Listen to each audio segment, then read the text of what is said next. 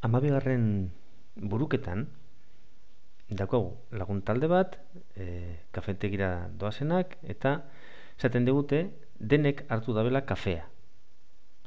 Eta jundinaren bostenak opila ere hartu duela.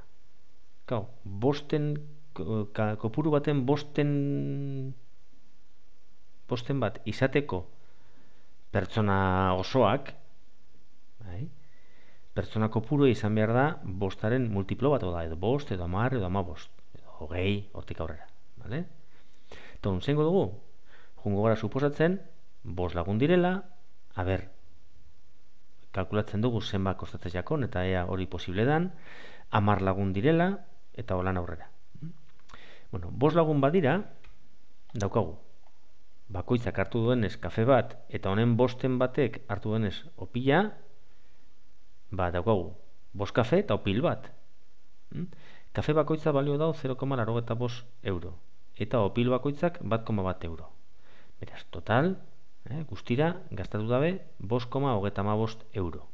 5,35 euro ordaintzeko, ez duzuz emongo inoiz 11 euro, emongo duzuz gehienez 10 euro.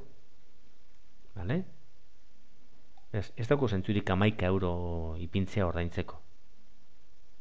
Dena den, zenbateko propina geratzen jako? 11ken 5,35, hau da, 5,35 euro, hau da, gastatu dutena baino gehiago, ez dauko zentzurik.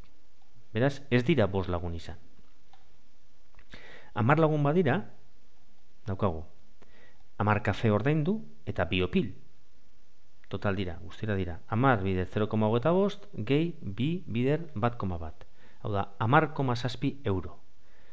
Hau ordaintzeko badoko zentzu osoa ipintzea 11 euro. Eta 11 euro opinita, sobratzen jakoz 0,30 euroko propina geratu jako.